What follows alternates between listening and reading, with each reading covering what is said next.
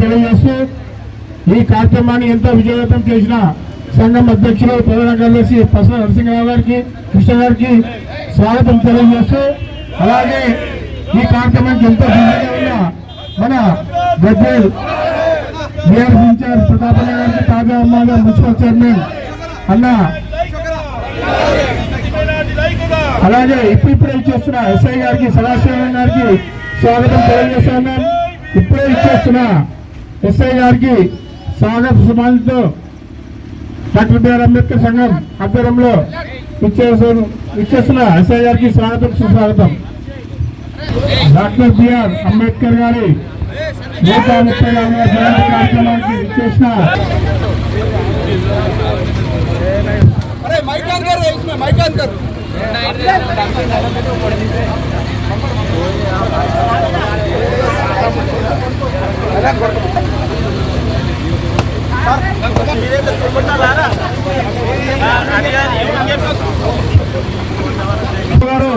మన అంబేద్కర్ సంఘం పెద్దలు ఇక్కడికి విచ్చేయాలని కోరుచు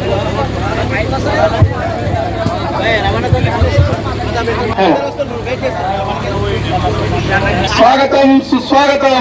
శ్రీ వంటూరు ప్రతాప్ రెడ్డి గారికి స్వాగతం సుస్వాగతం. మన young and dynamic officer Shivanandan పట్టణ ప్రముఖులు అందరికీ సాదరంగా స్వాగతం సుస్వాగతం.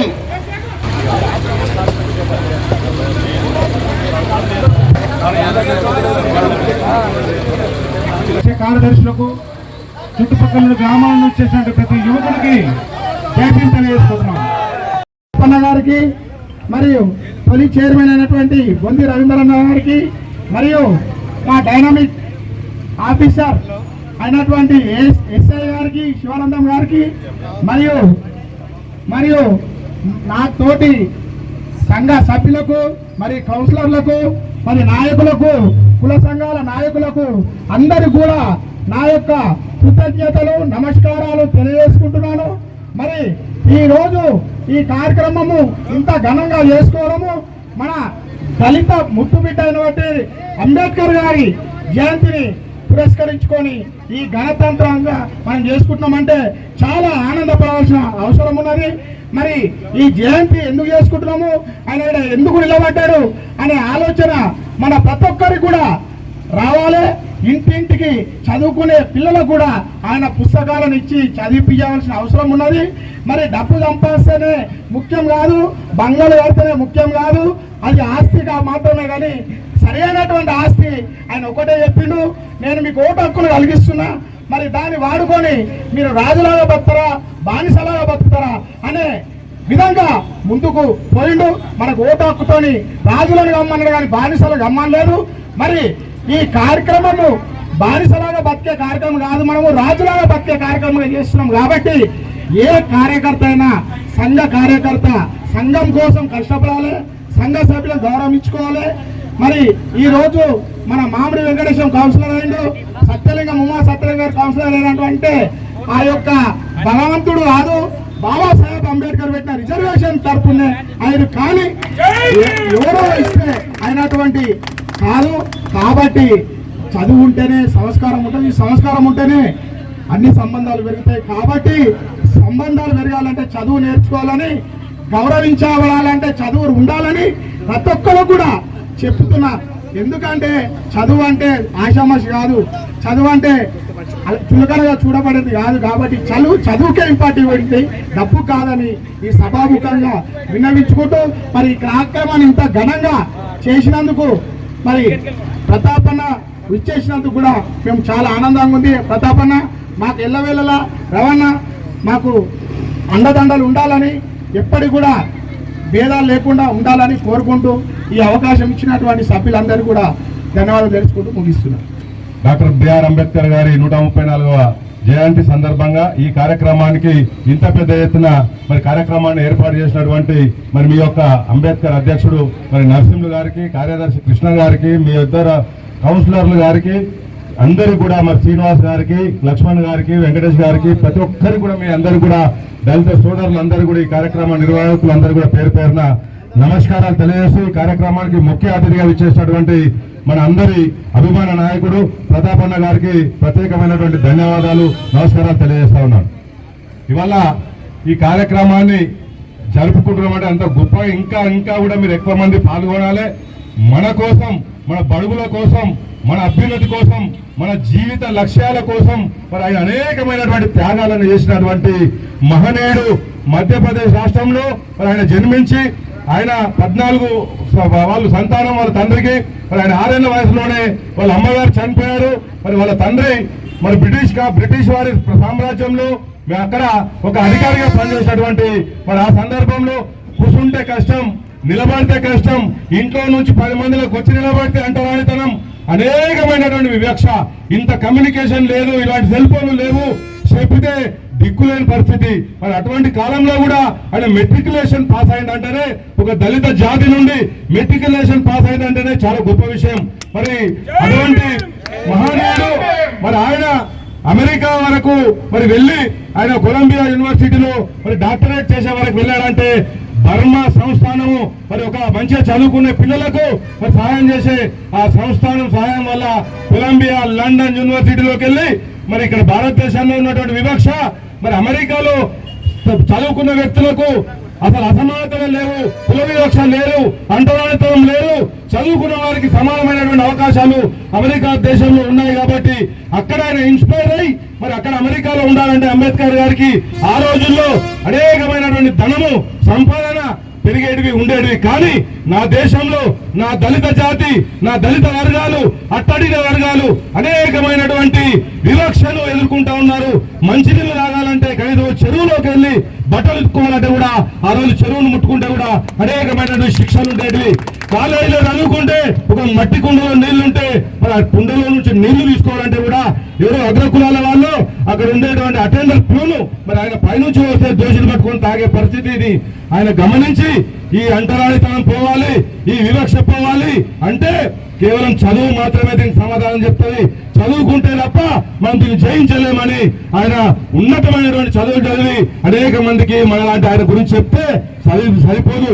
కాబట్టి మనం అందరం కూడా మీ పిల్లలకు, మీ బిడ్డలకు మీరు ఎంత కష్టపడ్డా పర్వాలేదు, మంచి చదువులు చెప్పించి ఈ జాతిలో గౌరవంగా బతకాలంటే కేవలం చదువు మాత్రమే మన గౌరవ స్థానానికి తీసుకెళ్తుందని సందర్భంగా తెలియజేస్తూ మరి మన కోసం, మన జాతి కోసం, మన జాతి ఉన్నతి కోసం అనేకమైన పాటుపడినటువంటి అంబేద్కర్ గారికి మరి మనం అందరం కూడా ఆయన స్ఫూర్తితోని, ఆయన చేసినటువంటి ఉద్యమాలతోని స్ఫూర్తిగా అందరూ కూడా ఐకమత్యంతో నుండి తప్పకుండా అన్ని హక్కులను పొందే విధంగా అందరూ కూడా తప్పకుండా ఐక్యమత్యంతో పోరాడి ఇటువంటి కార్యక్రమాలన్నిటి కూడా మంచి వైపు మీరందరూ కూడా ఐక్యమత్యంతో ఉండి కార్యక్రమాలు పాల్గొనాలని మీ అందరూ కూడా పేరు పేరున మరి కోరుతూ మీ అందరూ కూడా అంబేద్కర్ ఆశయాలను సాధించాలి, అంబేద్కర్ ఆశయాలను పిల్లలందరూ కూడా తీసుకుపోవాలని సందర్భంగా తెలియజేస్తూ ఈ కార్యక్రమానికి మమ్మల్ని ఆహ్వానించిన మీ అందరూ కూడా మీ కుల పెద్దలకు మీ యొక్క కార్యనిర్వాహకులందరూ కూడా పేరు పేరున మరొక్కసారి నమస్కారాలు తెలియజేస్తూ ముగిస్తా ఉన్నాను.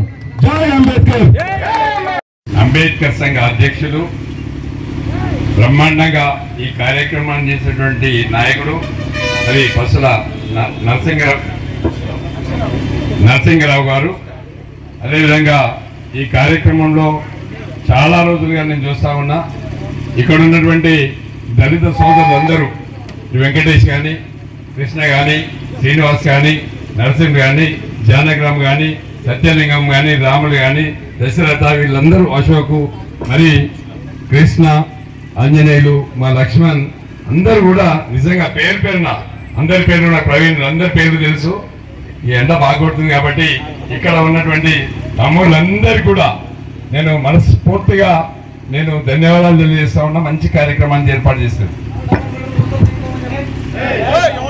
అదేవిధంగా ఇవాళ జయంతి వేడుకలు పంచుకుంటా ఉన్నామంటే ప్రపంచంలో అంబేద్కర్ తప్ప ఇంకా ఎవరి కూడా మతం లేదు, ప్రపంచమంతా ఒక్కటే, మానవులంతా ఒకటే అని చాటి చెప్పినటువంటి మహనీయుడు మన బాబాసాహెబ్ అంబేద్కర్ గారు. మరి అలాంటి నీడలో, అలాంటి రాజ్యాంగంలో యావత్ భారతదేశం 140 కోట్ల ప్రజలకు అందుబాటులో ఉండే విధంగా రాజ్యాంగాన్ని అందించినటువంటి మహనీయుడు మన బాబాసాహెబ్ అంబేద్కర్ గారు. ఆయన యొక్క దూరదృష్టి వల్లనే ఇవాళ తెలంగాణ రాష్ట్రాన్ని సాధించుకున్నామంటే కారణం అంబేద్కర్ యొక్క దయ, అంబేద్కర్ యొక్క విధానాలు, ఆయన ఇచ్చిన రాజ్యాంగం అని మనం గర్వంగా చెప్పుకోవాల్సినటువంటి అవసరం ఉంది. అదే కాకుండా ఇవాళ తెలంగాణ రాష్ట్రంలో కాదు, యావత్ భారతదేశంలో కూడా స్వతంత్రం వచ్చి 175 సంవత్సరాలు అయినప్పటికీ కూడా ఇప్పటికీ అక్షరాస్యత లేదు. ఆయన కళ ప్రతి వ్యక్తి చదువుకోవాలి, ప్రతి వ్యక్తి ఆర్థికంగా బాగుపడాలి, ప్రతి వ్యక్తి ఆరోగ్యంగా ఉండాలి, ఇది ఆరోగ్య భారత్ కావాలన్నటువంటి ఆలోచన బాబాసాహెబ్ అంబేద్కర్ గారి. మరి అక్షరాస్యత కోసం మనమందరం కష్టపడి పనిచేయాల్సినటువంటి అవసరం ఉంది. ఎక్కడైనా సరే నిరక్షరాస్యత లేకుండా చేయాల్సినటువంటి బాధ్యత కూడా మనందరి మీద ఉంది. ఇవాళ కూడా పేదరికం ఉంది, పెంకుటిలు ఉన్నాయి, గుడిసెలలో ఉన్నారు, చాలా మందికి ఆరోగ్యంగా లేక బాధపడుతున్నటువంటి సందర్భం మనది. కాబట్టి ఇప్పటికైనా మన ప్రభుత్వాలు మేల్కోవాల్సినటువంటి అవసరం ఉంది, ప్రజల కోసం ఆలోచించాల్సిన అవసరం ఉంది, పేదరిక నిర్మూలన కోసం పనిచేయాల్సినటువంటి అవసరం ఉంది, నిరక్షరాస్యత నిర్మూలన కోసం పనిచేయాల్సినటువంటి అవసరం ఉంది. ఇంకా ఈ సామాజిక వర్గాన్ని, దళిత సమాజం అందరూ కలిసి ఉండే విధంగా చేయాల్సినటువంటి అవసరం ఉందని చెప్పి ఈ సందర్భంగా తెలియజేస్తా ఉన్నాం. ఇలా తెలంగాణ రాష్ట్రం వచ్చింది కాబట్టి హైదరాబాద్ నడిబొట్టులో 125 అడుగుల అంబేద్కర్ గారిని స్థాపించుకున్నామంటే అది కేసీఆర్ గారు తెలంగాణ ఇచ్చిండు. తెచ్చి తెలంగాణ స్ఫూర్తిని రాజ్యాంగంలో పెట్టినటువంటి విశ్వసనీయతతోని కేసీఆర్ గారు 125 అడుగుల అంబేద్కర్ యొక్క స్టాచ్యూని పెట్టుకోవడం జరిగింది. అదే కాకుండా తెలంగాణ రాష్ట్ర ప్రజలందరూ కూడా 4 కోట్ల ప్రజలందరూ కూడా సచివాలయాన్ని ఆ సచివాలయంతోనే పరిపాలన అందించేటువంటి సచివాలయాన్ని కూడా బాబాసాహెబ్ అంబేద్కర్ గారి పేరు పెట్టుకోవడం జరిగింది. అంటే అంబేద్కర్ గారి స్ఫూర్తి ఎలా ఉంది? అంబేద్కర్ గారు ఈ భారతావనికి వేల సంవత్సరాలకు 140 కోట్ల ప్రజలకు అందుబాటులో ఉండే వ్యక్తిని రాజ్యాంగాన్ని ఇచ్చింది. కాబట్టి మనం ఇవాళ అంబేద్కర్ గారిని ఎప్పుడు మరచిపోవద్దు. నిజంగా కూడా కొందరు అనుకుంటారు మా సామాజిక, మీ సామాజిక వర్గం కాదు, అందరి సామాజిక వర్గ నాయకుడు, అందరి సామాజిక వర్గ నాయకుడు అది అంబేద్కర్ గారు. అలాంటి ఆలోచనతో ముందుకు పోయిండు. ఇప్పటికైనా మనందరికీ నాయకుడైనా, మనందరికీ స్ఫూర్తిదాత అయినా, మనందరి పూజనీయుడైనా.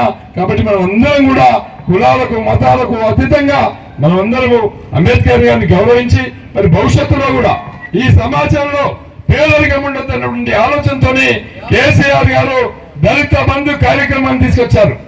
దళిత బంధు కార్యక్రమాన్ని తీసుకొచ్చి ఈ రాష్ట్రంలో 2 లక్షల కుటుంబాలు ఉంటాయి.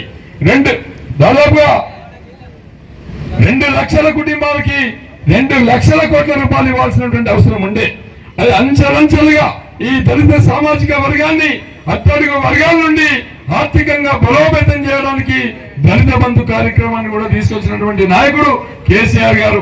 మరి ఇంకా చాలా స్ఫూర్తి అవుతాం. ఇప్పుడు ఏ ప్రభుత్వం ఉన్నా సరే ఆ ప్రభుత్వం కూడా దళిత బంధువులు కొనసాగించి ఈ సమాజంలో అట్టడుగు పేద వర్గాలను ఆర్థికంగా బయటికి తీసుకురావడానికి ప్రభుత్వం పనిచేయాలని చెప్పి నేను ఈ ప్రభుత్వానికి విజ్ఞప్తి చేస్తా ఉన్నా. ఈ సమాజంలో ఉండే పేదరికం నిర్మూలన కావాలంటే, ఈ సమాజంలో అందరూ చదువుకోవాలంటే మరి అట్టడుగు వర్గాలకు ప్రభుత్వాలు చేయితనిచ్చి ముందుకు తీసుకెళ్లాలని చెప్పి మనస్ఫూర్తిగా కోరుకుంటూ నాకు ఇచ్చిన అవకాశానికి, నాకు ఇచ్చిన గౌరవానికి మీ అందరు కూడా పేరు పేరున ధన్యవాదాలు, కృతజ్ఞతలు తెలియజేస్తూ జై హింద్, జై భీమ్. మరిన్ని న్యూస్ కోసం సోషల్ మీడియాని సబ్స్క్రైబ్ చేసి సపోర్ట్ చేయగలరు please. Me Chandi Srinivas journalist.